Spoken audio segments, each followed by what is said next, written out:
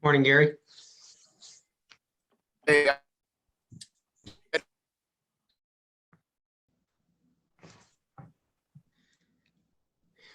For everyone who's just joining us, we'll be getting underway in just a few minutes. I know we have a bunch of people who are on the other end ready to watch our election forum. We appreciate you taking the time to join us this morning and really appreciate all of the candidates, our legislators for being here. We're going to give everyone just one more minute and then we will get underway.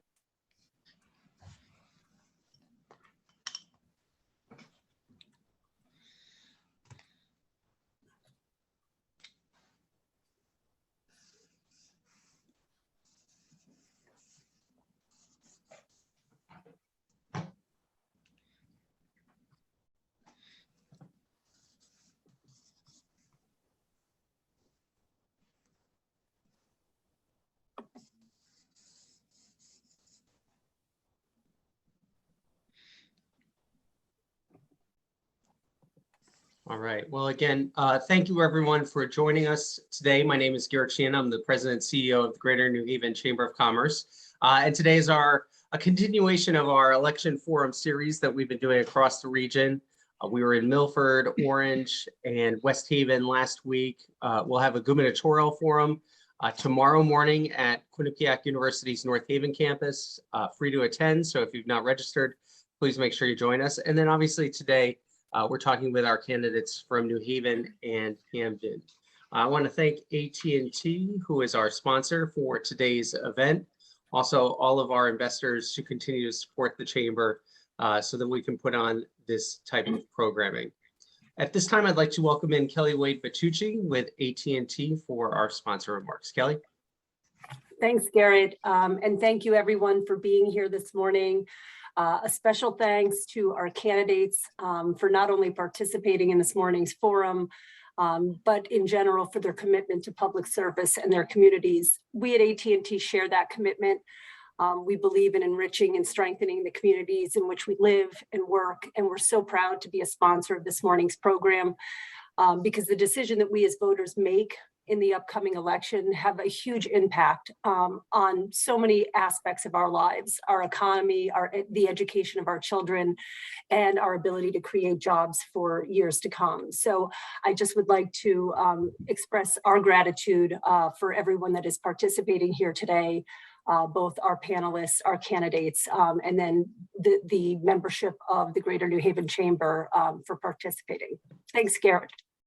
Great. Thank you, Kelly, for your support. We really do appreciate the support of AT&T and also supports our legislative forum, which comes up in January when we talk to all the legislators right before the beginning of the legislative session. So for today's format, this really is a forum. We try to ask several questions of all the legislators, get as much information out there for everyone. I think we have a few more legislators and candidates who are going to try to join us as we move through, but we'll just get things started off. We'll try to keep this into two groups just in the sense of we don't want to ask everyone the exact same question. So we'll try to keep the questions mixed up, but ask the first three people the same question for the next four. If there's something that you want to comment on that you heard earlier, one of the earlier questions, feel free to do that. We would like everyone to keep their responses to 2 minutes. That way we can keep the program moving. But again, you can comment on the question that we ask, and if there's something else that you want to add in, feel free to be able to do that. So I'll introduce the candidates that we have, and then we'll get underway with asking questions. So from Senate District 10, representing New Haven and West Haven, we have Senator Gary Winfield. From Senate District 11, representing Hamden, New Haven, and North Haven, we have Senate President Pro Tem Martin Looney.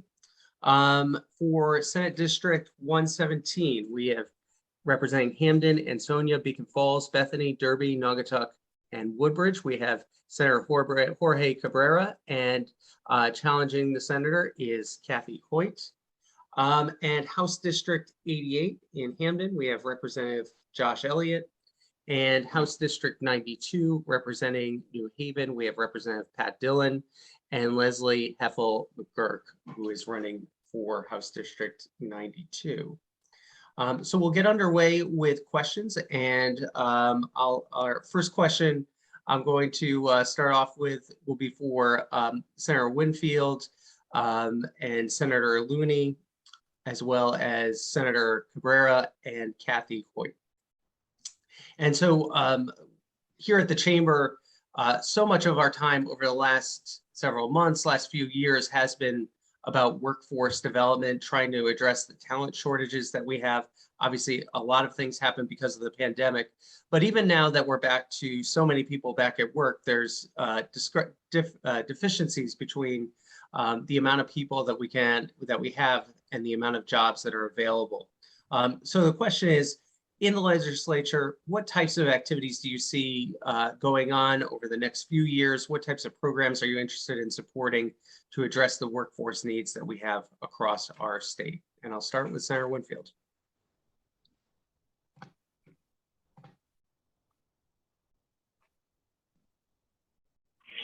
Can you hear me? Sorry. Yeah, now I can hear you. Thank you. Yeah, sorry about that. And I have my camera off because I'm still out. And so I have an issue with bandwidth. But first, thank you for having us this morning. I think this issue of workforce shortage is really important. I think normally when we talk about a workforce shortage, what we're talking about is the traditional way that there are too many jobs for workers. I think with the pandemic, what we've seen is while we may have that condition, there may be different reasons for it. So one of the things I think that needs to happen is the legislature needs to really invest in figuring out why we currently have the shortage. I think some of it is that people have had time away from work and reevaluated what it is they want from work. And it would take us, I think, a long way towards being able to solve that equation by really figuring out what's going on. So I think if we spend some time there, which isn't like an amazing answer, but I think a very important part of this puzzle, I think that would really do us a lot of good. And so I would support anything that allows us to look into what is happening and why some workers have chosen not to go back to work or to work in different circumstances. Great, thanks, Senator Winfield. Senator Looney. Yes, thank you, Garrett. And first of all, the 11th district currently has a piece of North Haven in it, but it will not, as of January. All of North Haven will be in the 34th district for the new term. But and the 11th will be exclusively New Haven and Hamden. But I think it's important to recognize that the General Assembly really has made some important strides in workforce development in terms of what we've been investing in our budgets in the last couple of years. There was an additional $64 million in CT Next to continue work on innovation places and to help grow young businesses.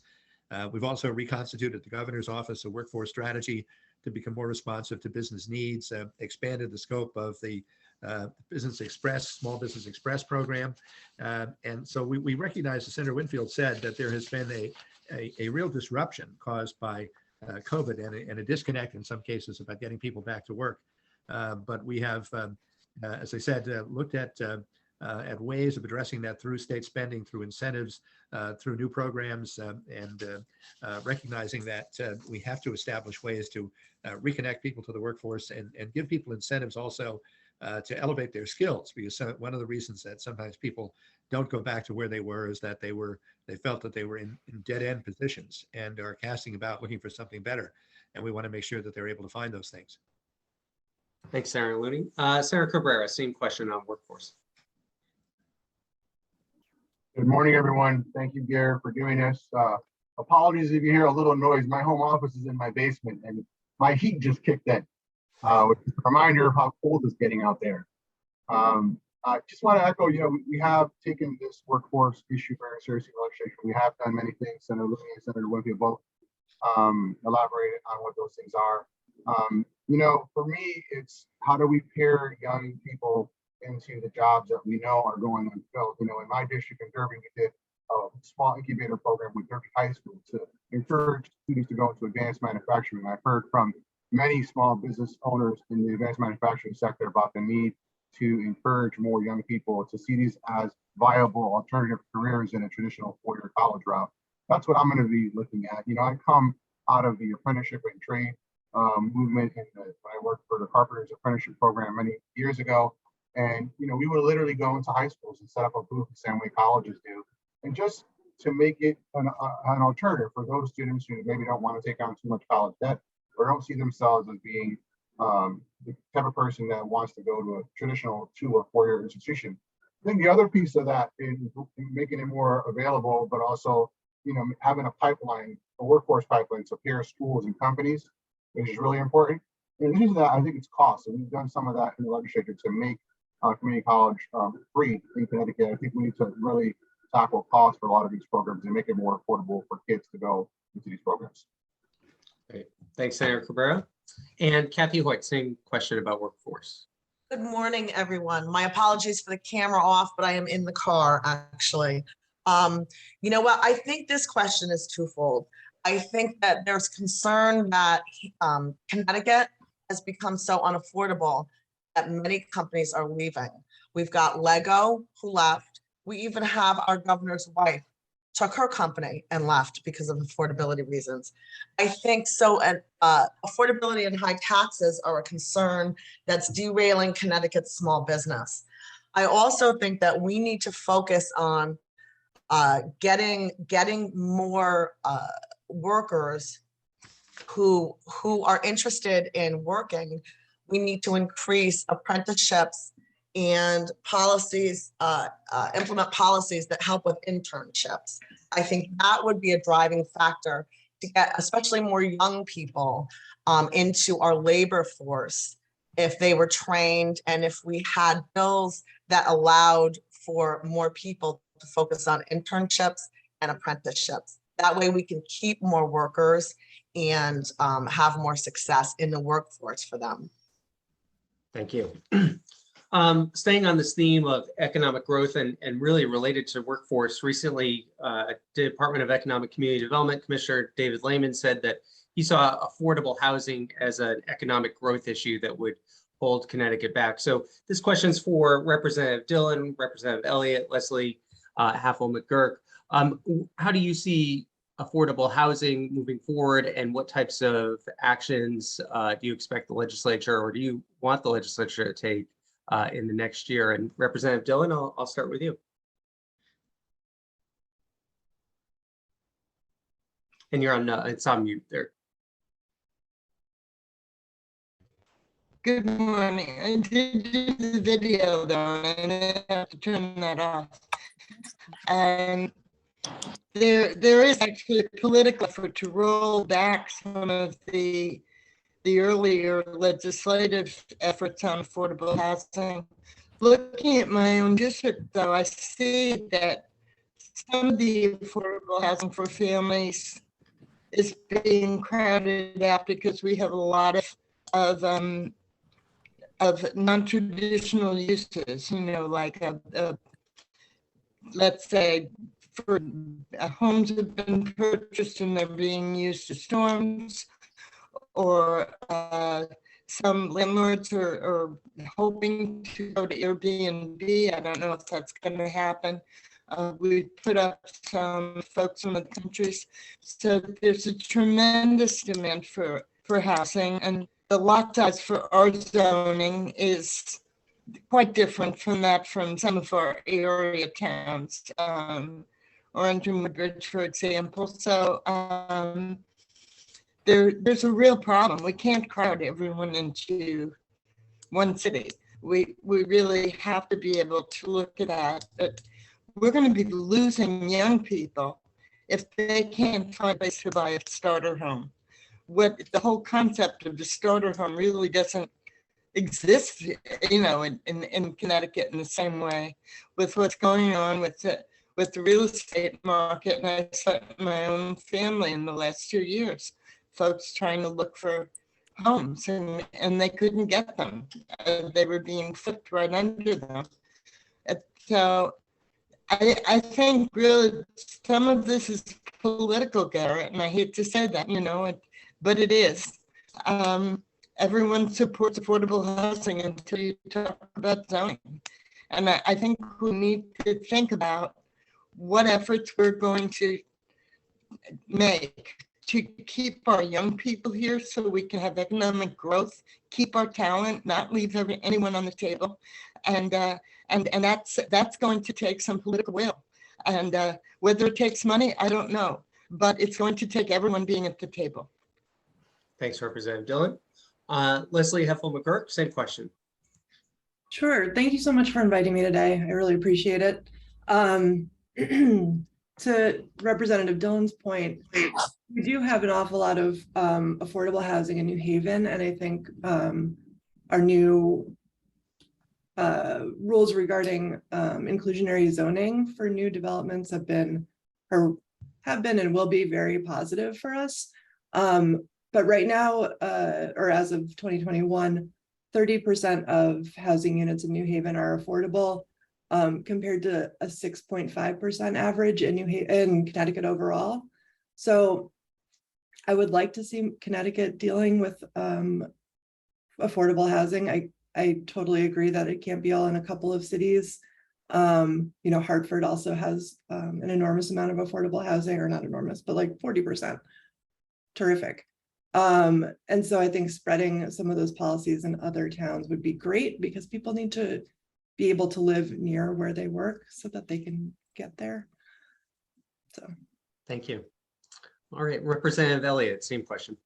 Yeah, so over the last year, I was in a primary race, an internal Democratic race for Secretary of the State. I only say that because I was talking to folk on the Gold Coast about statewide politics, and almost universally the question about affordable housing entered the conversation in a race that was totally irrelevant to this question.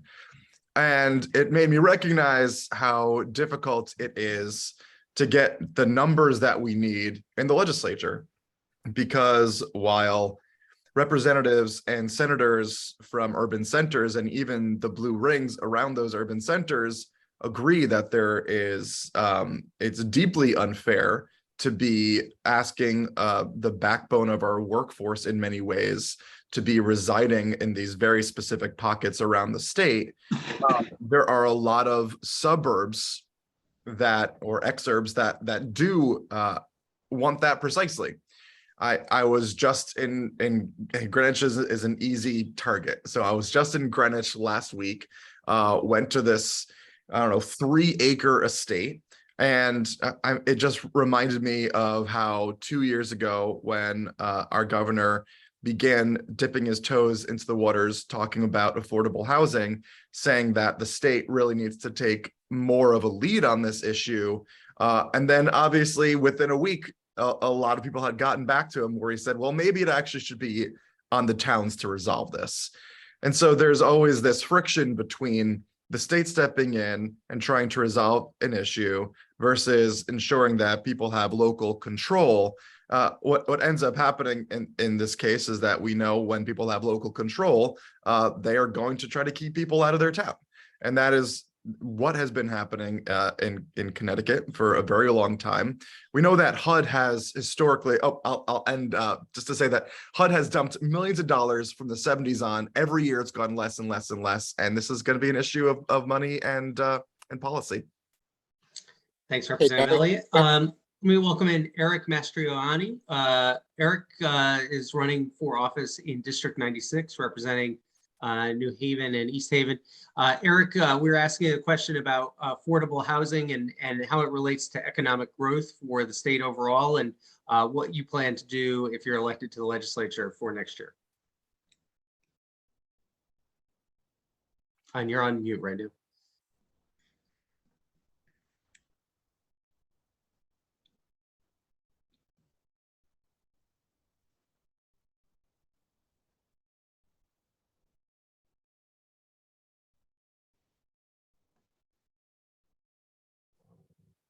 Is I can see you're trying to unmute it.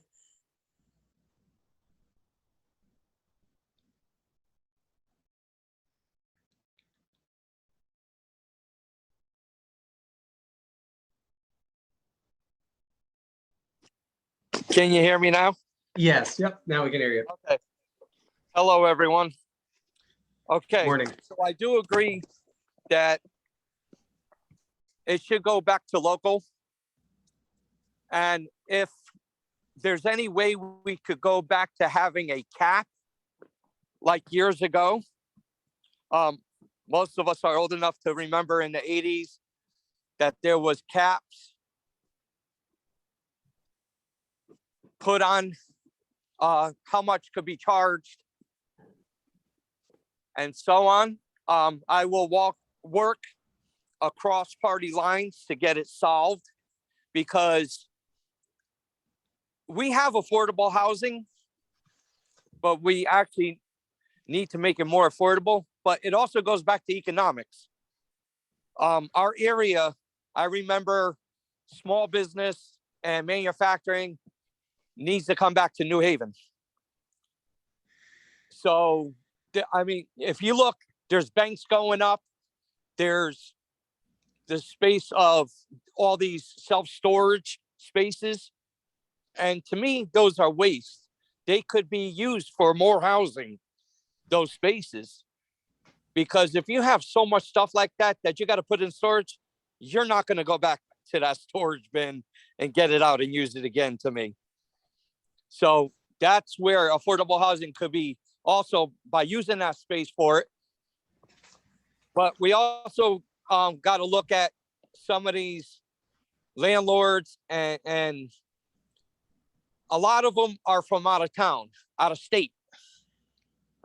And I feel that we need to look at them a little more closer on how much they're charging and by their property values, because they don't do anything for it, and it brings value down when it's run down. You guys can hear me? Yep. I think we just hit the 2 minutes. Thank you. I'm sorry. Yep. No, we'll come back around. So our next question, we'll come back to Senator Looney, Senator Winfield, Senator Cabrera, and Kathy Hoyt. Obviously at the chamber, we're a little bit biased about New Haven and wanting to see growth here, but we do think that New Haven is a great investment when state dollars come in. They have a huge impact, and they're multiplied by the effects that occur in greater New Haven. So in the legislature, how can you continue to make sure that investments are made in New Haven, not to the detriment of other parts of the state, but so that New Haven can really be the economic engine that drives our state forward? Senator Winfield, I'll start with you. Yeah, so I think you have to make an argument for why you would put the dollars in New Haven, right? And I think if you really think about New Haven, as you suggested, didn't say directly, it is a jewel, right? When you really think about what New Haven is, you have multiple universities, which can feed a workforce. We were just talking about workforce, can feed a workforce with educated workers. You have an airport that we've been working on that situation for many years, but that allows us to bring people in and out. It also potentially is a place where you can bring goods in and out. You have rail, you have actual access to a port. You have everything you would need for a city that is thriving. And so what the state has to understand New Haven as is one of the draws to the state itself. And when you make that argument, I think it's easier to make the argument that you want to put money into New Haven to drive not only New Haven, but the state. I just want to quickly jump back to that affordable housing question. I think you might have heard me trying to get it. I think, look, we are going to have a conversation in the state about affordability. A lot of that conversation is going to be about taxes, right? But affordability is about taxes. It's about the cost of housing. It's about the cost of food. It's about a lot of things we don't talk about. We have to have a very serious conversation about what affordability is here. You have a lot of people who want a workforce, but they don't want, we call it affordable housing, but effectively in many communities it's workforce housing. They don't want workforce housing. How do you do the two? We have tens of thousands of units that we do not have right now for the people we have. Part of the reason we get here is because we haven't thought about our workforce in the way that we need to. So 15 years ago, I was doing work as an activist, trying to get the state legislature, where I would eventually wind up, to recognize that the workforce in 2020, 2025 would be largely different than the workforce we had, which meant that we had to respond differently. You would have more people 25 to 29 who were educated, who were Black and Latino than you had in prior terms, given what Connecticut's demographics were. And what that would mean is they would come in, they wouldn't have generations of home ownership and different things. And we have not prepared for that. And as we sit here right now, sorry, Kerry, as we sit here right now, we still have to do that work. Can I cede my upcoming 2 minutes to Gary to let him go on a little bit longer? Thanks, Senator Winfield. Senator Looney, same question about investment in New Haven, and I should precede it by saying that we have seen a lot of dollars come into New Haven through state programs, but how do we continue to make that be the case? Well, I think the first thing is to keep reelecting the people who are delivering for New Haven, I think that's one aspect of it. The other is to recognize that New Haven, as Senator Winfield said, does have an enormous amount of resources, many of which are potential at this point, not fully realized. Other than Stanford, we have probably the best opportunities for growth. What we have done is address some of those issues in the last couple of years with a significant infusion of pilot funds to offset the fact that New Haven, apart from Hartford, has the most tax-exempt property in the state for college and hospital property and state property as well. We've adjusted that reimbursement formula. It's basically doubled New Haven's pilot grant overall to almost $100 million a year from about 50 million. So that's a significant infusion of new money. Yesterday in the Connecticut Investment Fund agenda, there were a substantial number of new bonding projects for New Haven. I think the governor, at least in his comments, is also aware that New Haven has the great potential because of its being a university center, being a center for research, being a center for high-tech jobs and for high-tech manufacturing that needs to be nurtured. We had a positive sign with our population growth in the last census. It was relatively modest, but it was 5,000 people. Many towns in the state, especially smaller towns, went in the other direction and lost population. But we gained, not as much as Stanford, but we did have a gain, and we have to keep looking ahead to ways to build New Haven's population. We need to get back to the robust numbers that we had 100 years ago when New Haven had 160,000 people, and none of its suburbs had anywhere near the population that they have today. And that has to be a mix. It has to be a mix of people who are going to live in market rate housing and a substantial mix of affordable housing, so that every kind of job scale is going to be accommodated in the housing that's available in New Haven. So I think we've made progress, and there's an enormous potential that we need to keep realizing by recognizing that New Haven is a good investment both for business and for state dollars. Thank you, Senator Looney. Senator Cabrera. Thank you. While I may not represent New Haven, I do represent Hamden and Woodbridge and Bethany, and I represent thousands of people who work and make their living in New Haven and live in those towns. And, we need to really make sure we make the proper investments, and housing is a really big piece. I just want to talk about that because this afternoon I'm going to a rally for some residents here in Hamden and Saramonte who received notices that their rent is going to jump in some cases $800 to $1,000 more per month. And one of the things that we could do and should be looking into is how we regulate and crack down on some of these unscrupulous property owners who own large apartment complexes. And oftentimes there's turnover every couple of years. The maintenance is lacking. I'm hearing from my constituents, and we're going to rally around. And that's something that we really need to take a close look at and make sure we crack down to have these astronomical increases in rental housing for people who are trying to make a living. I mean, one person moved to Hamden so their child could go to Quinnipiac University, where I'm my alma mater. They're a student there, just received a notice of $800 increase per month in their rent. That's unconscionable and unsustainable, and we can't tolerate that. But overall, Connecticut has a very highly skilled workforce. The fact is, on all the major metrics, we have a very good quality of life. We've done some incredible things in the legislature, on the leadership of Senator Looney, and in the Senate, and of course in the House and the governor. Whether it's our credit rating improving, the record number of payments we've made to our long-term pension obligations, our balanced budgets, our surpluses. I mean, we have to get better at telling our story. Do we have things we need to work on? Of course, but Connecticut, compared to the rest of the country on all the major metrics, is really a good place to live, and we need to make sure we tell that story to attract more. Thank you, Senator. Kathy Hoyt. Yes, thank you. I'm sure some of you are aware that in New Haven, a nonprofit called Comcat is going to be breaking ground in several months. This is a perfect example of what we need both in New Haven and in our communities all around the state. So this project will incorporate training facility, housing, and small business with shops along with a daycare. to help folks get back on their feet, to provide training, to go into the workforce. I think this is the perfect example of what we need more of throughout our cities in Connecticut. And that's an exciting opportunity that New Haven is going to be part of, and I'm excited to see that project get going. In regard to other things in New Haven, I think we have one of the best universities in the world, Yale. We have college graduates coming out of Yale, and they're not staying here. They're not staying in New Haven, and they're not staying in Connecticut. And that's a problem. I believe they're not staying because of, again, affordability, high cost of living, and the lack of job opportunity and job growth. I think we need to somehow incentivize these graduates who are the cream of the crop, who have great ideas, who are entrepreneurs, who are trained to get ready to get into the workforce.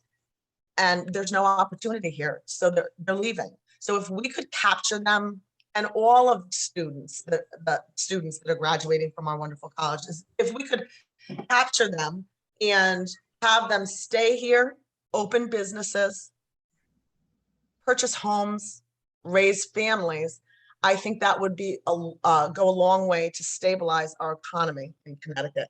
That's not being done. And I know Senator Looney just said that that needs to be nurtured. Well, it's long past the time that we do nurture that. And when I get to the state Senate, that will be a priority for me. Thank you. And I should, when I say New Haven, I mean our entire region as well. And I don't want to exclude any of the surrounding towns because we truly are a region, not just the city of New Haven in terms of what's going on in growth and opportunities. Our next question for the candidates for District 88, District 92, and 96, transportation. It's part of our economic growth. And if we are going to be able to be successful, we know that there are infrastructure dollars that are coming down from the federal government. And the question is, how do we make sure that those are spent in the most efficient use for the greater New Haven region, whether that's through our airports, highways, we have a port system as well, and the rail system that connects New Haven to New York and other places as well. Representative Elliott, I'll start with you for this question. Sure. I do know that our local city councils are going to have some significant say on this, as well as the mayor's office. Obviously, in light of the fact that we haven't been investing incredibly in affordable housing, then the next thing we would need to do as a stopgap would be to be investing in affordable transportation. Because if you are living in a wealthier suburb and you expect the population base that's actually going to be working at some of these minimum wage jobs, they need to actually be able to get to your town. And we also know over the course of the summer that people have a really hard time affording the shocks of whether it's food price increases or gas price increases or housing price increases, as the case of Saramonte. It's really important to us to be continuing to subsidize some of these services for people that need that help. And then, of course, on the other side of the scale, we do really rely on people coming in from New York City. And that's a big part of why we've been seeing year over year growth over the last 3 years in Connecticut, is because people are coming in from New York City, wanting to work there and commute, but then live in Litchfield County, live in Greenwich County, and it's really important to ensure that we have those train times down. I remember knocking doors with a representative out of Fairfield County, not Greenwich County, sorry, who was basically making the point that as compared to about 15 years ago, commute times are almost up to 2 times as long as they used to be. And there are certainly folk who believe that we need to become more competitive on taxes. We already are, in my opinion. We're lower than all the surrounding states in terms of what our tax brackets are. So what are we doing to make it easy for people to commute back and forth? Because I think the quality of life issue is ultimately way more important to people, because they're coming in, bringing a lot of money, and then they can afford these things. Thank you. Leslie Heffel-McGurk. Hi. These are all good questions. So when I think about transportation, one of the things that I think has been really positive recently has been free bus service in New Haven. Apparently, as of the summer, we're back up to pre-pandemic levels of ridership on the buses. I think a lot can be done to make them a little bit more reliable and useful, making sure there are routes going where people need them to go. But overall, really positive. And the other thing that has been really positive for me, like personally, has been having commercial air service through Tweed. And I think that's really helpful for other people too. It's not just private planes anymore, that it's much easier to get to the New Haven area. It's also possible for me to visit my family. That's cool too. And I think that makes it, in addition to the trains and everything else, it just makes it a lot easier to bring people here, which means that we're removing a big barrier to people who are deciding whether to move here, to live here. Is it easy to get here? Is it easy to stay here? Can I get my staff here? Can I bring, can I travel for work? Things like that. So I think Tweed has been really positive, and I hope that it continues to grow the commercial side of the airlines there. And I know that people are very concerned about the environmental impacts of that. And I also am. So I think that that's another thing that we need to do is as we expand and build out our public transportation and mass transit kind of infrastructure, is make sure we're not just destroying the environment around us. Yeah, generally speaking. Thank you. Representative Dillon, same question on transportation.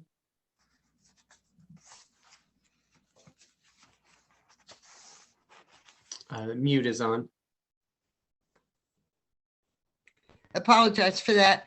I'm really proud that New Haven was one of the few large centers that actually preserved its railroad station, and that was way back in the El Grasso days. It was a state rep from the Hill, Tom Wall, and we have a gorgeous station. That said, I represent the west side of the city, and when we talk about transportation, very often it's shoreline oriented, and that's where our money goes.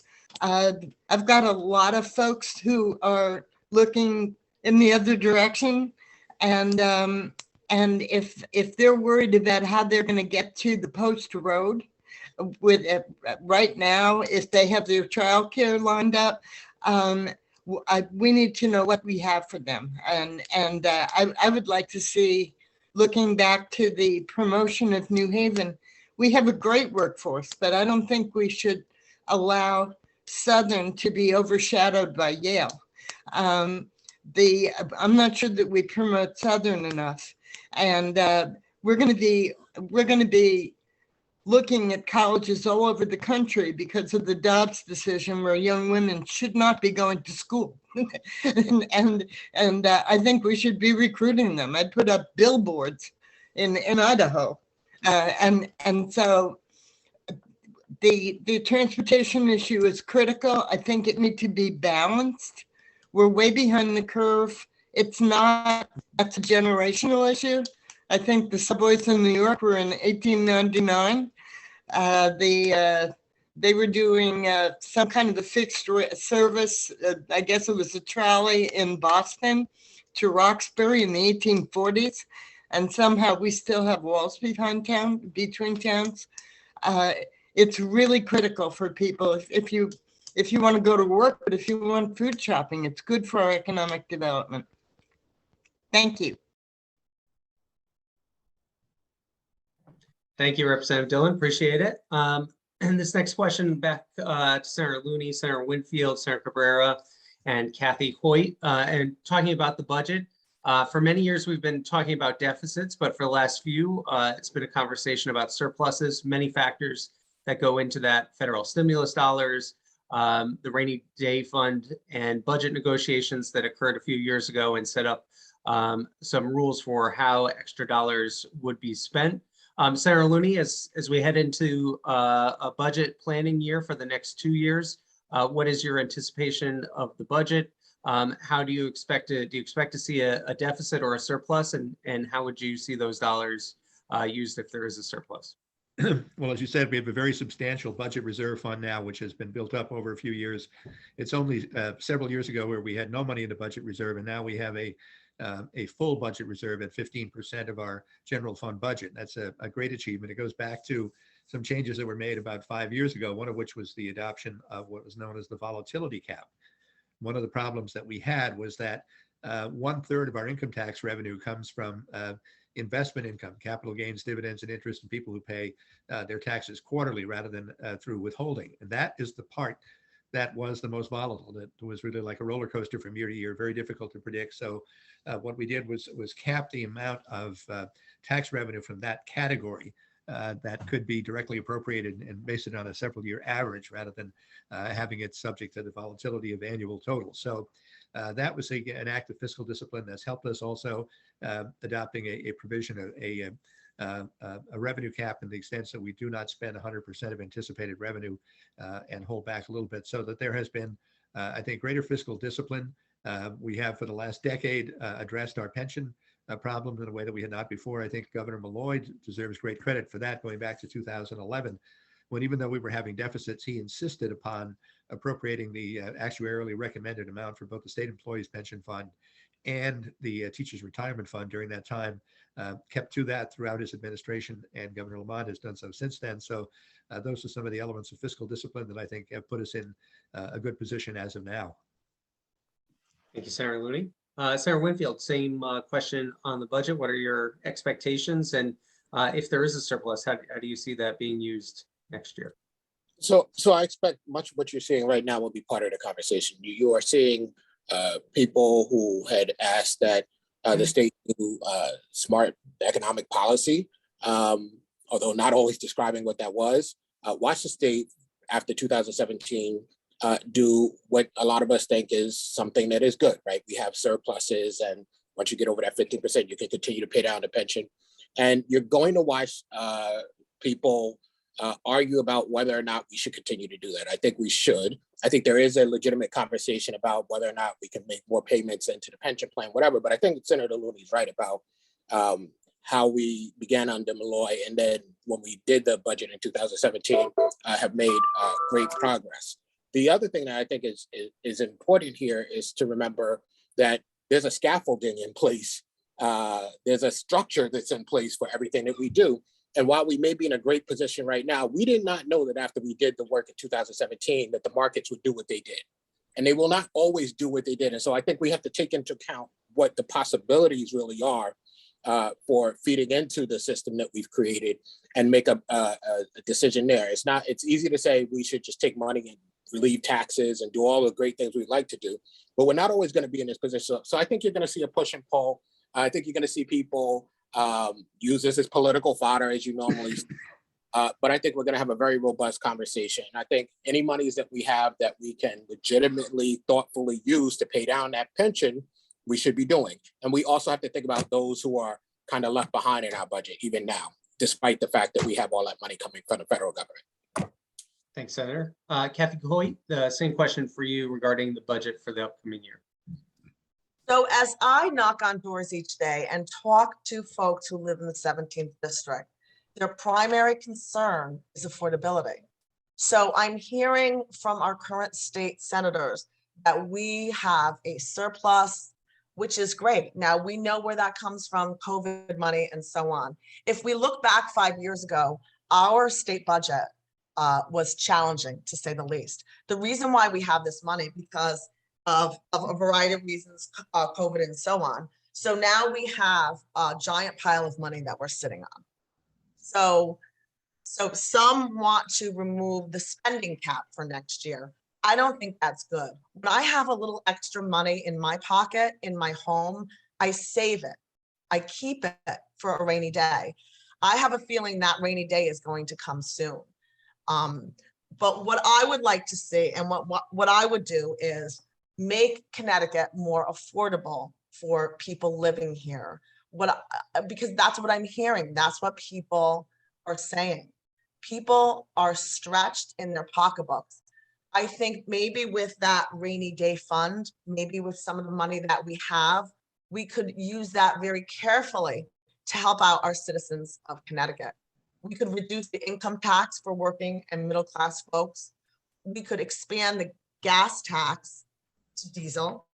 So if we have a surplus, if our surplus is so strong, the question remains, why was a diesel tax implemented for 25 cents more in July?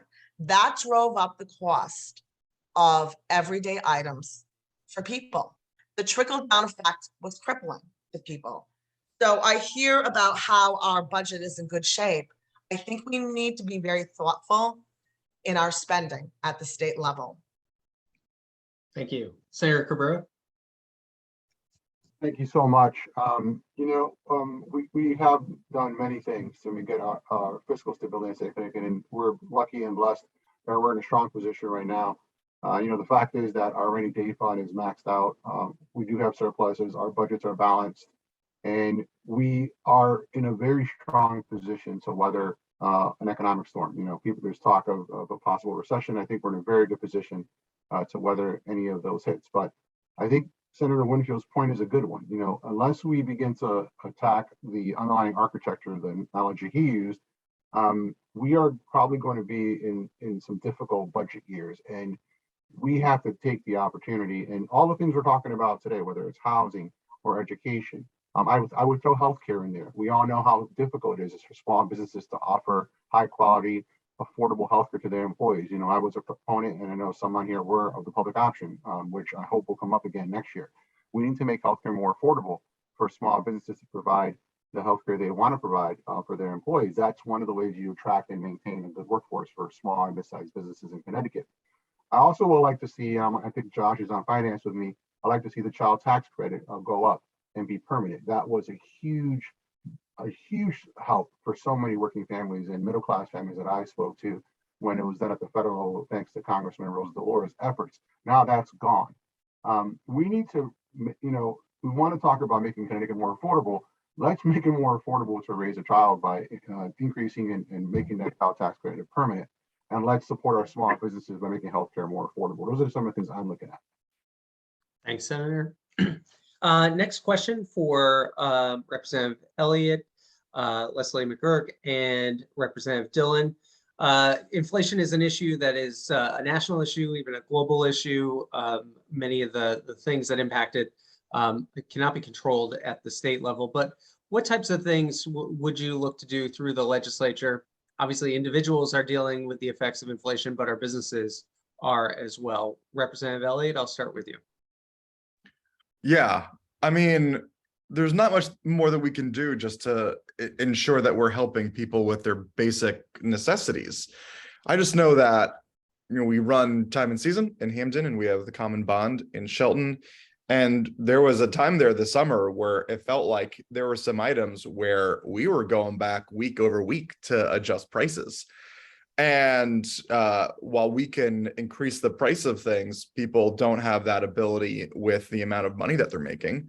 And so a lot of the responsibility then falls to government to ensure that people are able to afford whatever basic necessities that government has dominion over. We do have a rainy day fund that is hard to touch. We do have a volatility cap, which means that additional resources that we get in is hard to touch. I do know that myself, along with my colleagues on this Zoom, are pushing to ensure, just like Senator Cabrera said, making sure that things like the EITC and the child tax credit are not only here to stay, but that we're building off of them. The child tax credit wasn't meant to be or wasn't written to be long-term, but I know that a lot of us want it to be. And the EITC is now at its highest rate at 41.5% than it's been in a very, very long time, which was a huge win, because that means that people that are working are able to get a significantly larger percentage of their money back, and that goes right back into the local community and the local economy, which is what we want to see. So that is what I would say, is that just keep on following on the wins that we've had over the last couple of years and use them as building opportunities.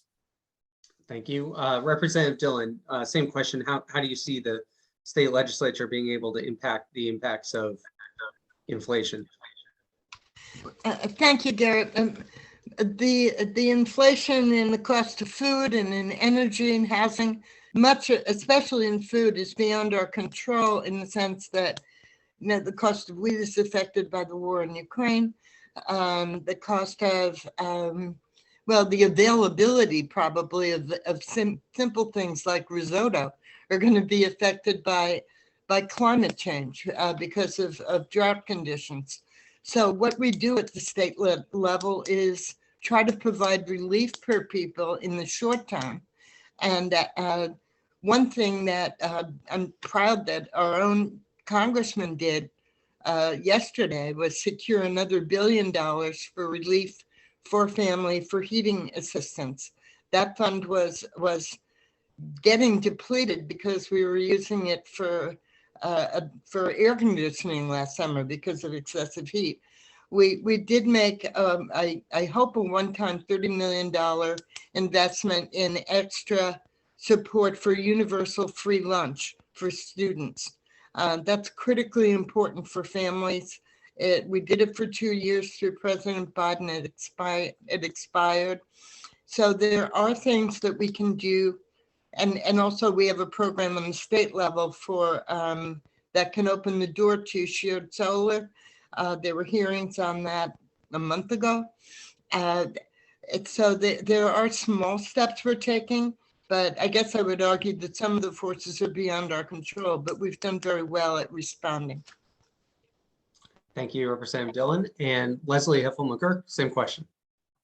Sure. So Representative Elliott and Representative Dillon talked a little bit about some of the really creative pilot programs that people explored. Everyone from municipal to federal government explored to try to help people during the pandemic. And I think that we learned a lot of lessons on how to do this sort of work to make sure that people in crisis are easily, or not easily, but as soon as humanly possible, identified and helped. And I think inflation is very hard on people right now who even just before this were in pretty stable financial conditions. And then all of a sudden things are very shaky and, maybe they're not sure about rent, or maybe they're not sure about how they can get food next, but also aren't familiar with the services that are available to people who may be in a lower income bracket than them, who maybe have more interactions with those systems overall.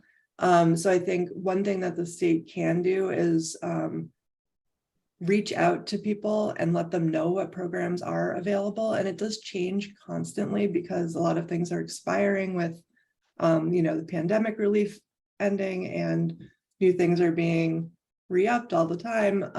But to get the word out to different, possibly a different group of people, even that there is help and there are services, and that we should continue to be creative in responding to those crises. Great, thank you very much. We're going to move into closing statements. We'll give each candidate 2 minutes to be able to answer those. We'll go in reverse order, so I'll start with Representative Elliott. Before we do that, I do want to thank our Government Affairs Committee, Jim Perito, who is our chair, helped support us put all of these election forums on. And if you're interested in being involved in the committee, please let myself or Katie know. Also, Katie Ambrosio, who is our public policy specialist here at the Chamber. Hopefully many of you have interacted with Katie, and as she's tackled many of the issues that we're facing around the region, and try to draw business support when it's appropriate and when we have issues that impact us overall. With that, Representative Elliott, I'll let you start off with a 2-minute closing statement. Is there anything that you want me to cover in this closing statement, Garrett? It's an open, you can't give this away to Senator Winfield. You got 2 minutes. Sure. So I guess what I would say is that the last 2 years have been pretty exciting in terms of the amount of investment that we've been able to make back into the public. Well, while we were having these conversations about 4 years ago, I had some pretty significant concerns when we were implementing the volatility cap and when we were implementing this notion of any additional revenue going towards the rainy day fund. That said, in practice right now, I think it has done some really good things in terms of where we're positioned.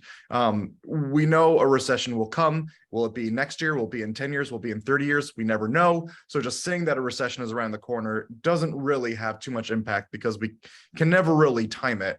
But I just know that looking at the numbers from 2008, 2009, and how quickly we burned through the marginal rainy day fund at the time, which I think was around $1.2 billion, it happens very quickly.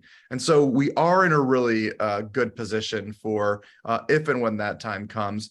And at the same time, we're also able to make some really major historic investments in our population. That said, talking about affordable housing, talking about transportation, these are still things that are incredibly important to the workforce. And I know that for myself as a small business owner, I'm having some of the hardest time that we've ever had in terms of hiring, in terms of having people come to work, show up to work, and the workforce is incredibly tight right now.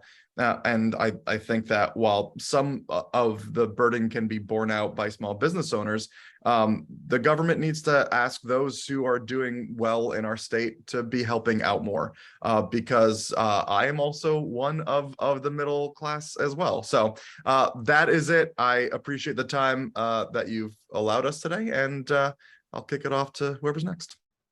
Great. Thanks, Representative Elliott. We appreciate you joining us. Representative Dillon.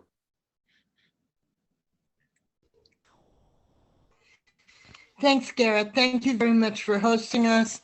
I'm really excited about the work that we were able to do in the last 2 years in Hartford. And in a way, I'm kind of surprised at the volume of what we were able to do, from gun violence to children's mental health, the credit. What the challenge for us, and after an extraordinary focus and discipline, which took me by surprise, I have to admit, because we can be diverse even in our own little groups, is we did have some of that flexibility from an increase in revenue because of a court case, the Wayfair decision concerning the availability of revenue from the sales tax. We also had targeted dollars from the federal government, which we deserved because we were hit so hard by COVID. The challenge for us going forward is we have a lot of unmet needs, and that includes, I mentioned free school lunch. I'm hoping President Biden will be rolling that out today. I'm excited really at our own Congresswoman on that. We have to, I personally oppose messing with the pay down on pension. At one point, I remember looking at the out years 5 or 6 years ago, and some of us were estimating that if you had laid off every state employee, we would still owe money if we continued on the same trajectory with our pension contribution. We have to keep that in place. And so I think we've been very solid on the fiscal side, and we've also made social investments, and we should continue to do that. Thank you. Thank you, Representative Dillon. Leslie Heffel-McGurk. Hi. So I think that one of the best things we can do to retain residents and support a robust and resilient Connecticut is to provide a guarantee of equal rights for women and people who can get pregnant, people of color, the LGBT community, including trans student athletes, and others whose rights are being infringed upon in other parts of the country. I hope Connecticut can continue to be a safe place for all people. Additionally, we have an early voting question on the ballot this year. I think the most important thing we can do is to pass that question. And then I very much hope to be in the state legislature to help make early voting happen and figure out a system that works for Connecticut. Thank you so much. Thank you. Appreciate it. Senator Cabrera. Thank you, Garrett. Thank you to the chamber also for hosting this event today and having us. I really appreciate the opportunity. I think it's really important to remember how far we've come. We went from having a once in a century pandemic that really took the wind out of the entire world. Our economy took an enormous hit. We got vaccines. We began to invest in infrastructure, in housing, in education, all the things we've talked about today, and we've come a long way. And the fact is, Connecticut is in a much stronger position than we were just a couple of years ago. Whether we want to talk about the $600 million in tax cuts we passed in the budget, continuous balanced budgets, record surpluses, record amounts of money in our rainy day fund, and the investments we've made, meeting the moment with the large mental health bill we passed, making sure that we did what we have to do with workforce development, supporting small and mid-sized businesses. We have come a long way. We recognize that there's still work to be done, but I think it's important to recognize the good work that we've done, the strong position we're in. And because of the work that we've done in the legislature, because of the things we've done with our budget, we're in a much stronger position to weather any economic storm that may be coming down the road. But we also have work to do in addressing the historic injustices and the historic gaps, whether it's getting more people into the middle class, making sure our young people have the access to education and training and certifications and internships we've talked about today to fill the jobs that we know are available here in Connecticut. So I'm looking forward to getting to work next session, and I really appreciate the opportunity. Thank you for having me. Thanks, Senator Cabrera. Kathy Hoyt. Garrett, I just want to say thank you so much for having this event. I appreciate the invite. As a very active member of the Hamden Regional Chamber of Commerce, I value everything you do for our small businesses. I'm a lifelong resident of Connecticut. I'm also a small business owner. I'm a real estate agent. One of the reasons why I decided to run for office is because I consistently hear that people are leaving the state. And I don't like that. I love our state. I think we do have a lot to offer, and I think there is opportunity. And it's disappointing to hear that people can't afford to stay in the state. That's one of the reasons why people are leaving. So I think one of my goals moving into the state Senate would be to make Connecticut more affordable. And I think that would happen through tax relief for business and for residents.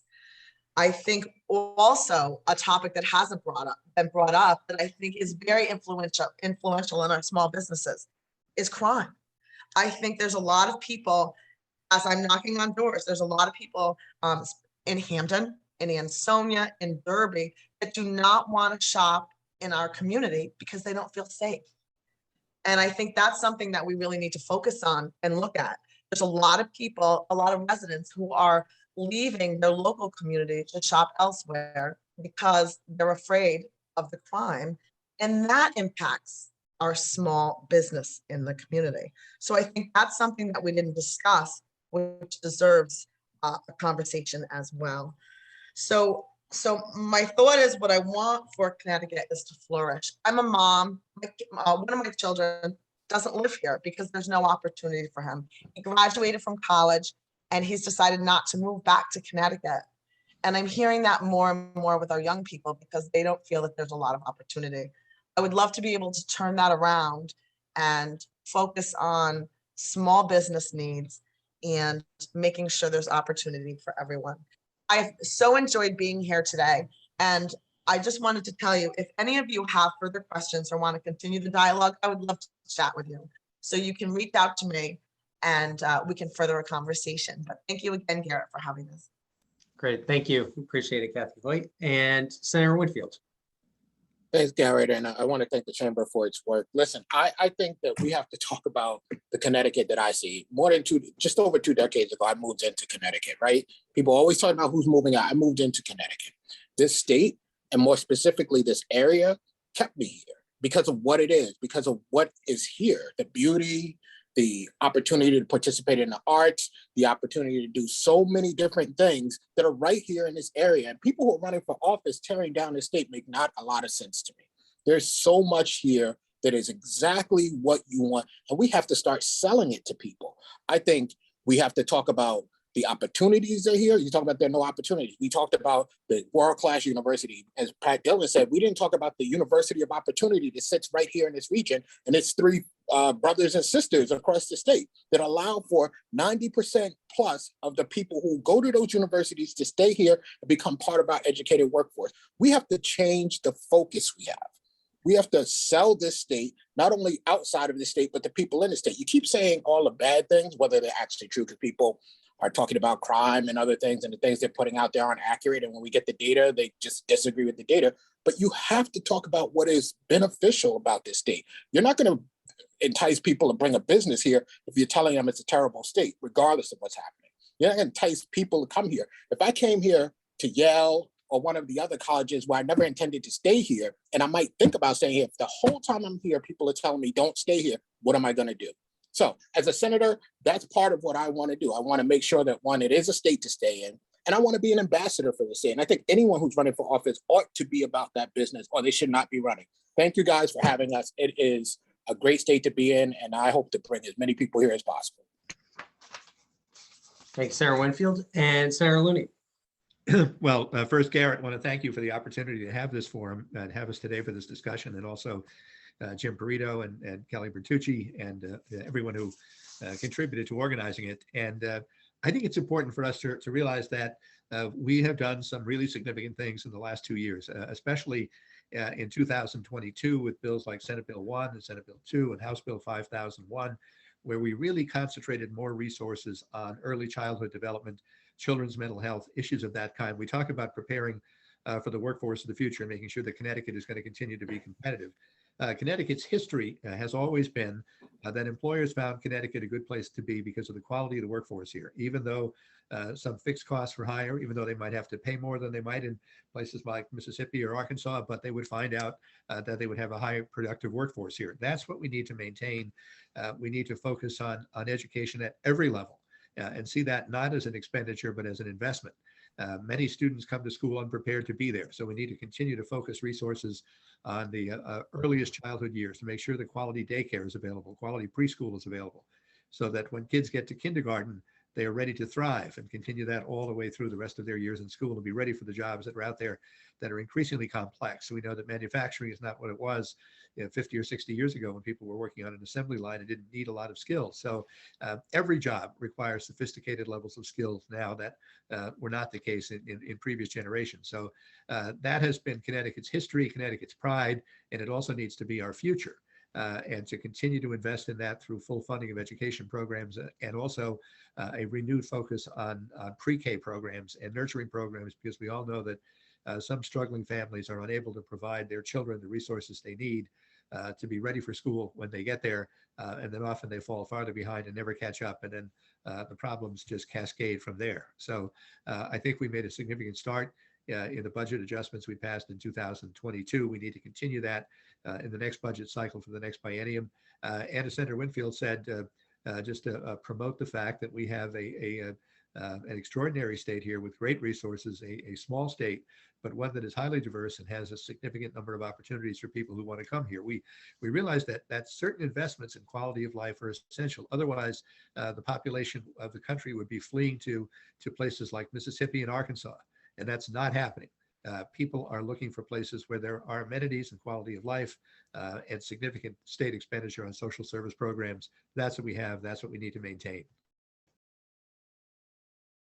Great. Thank you, Senator Looney. I want to thank all of our candidates, legislators for joining us. Even if you're unopposed, this dialogue that we can have is always a great opportunity with the business community. Thank you to Kelly and AT&T for being our sponsors.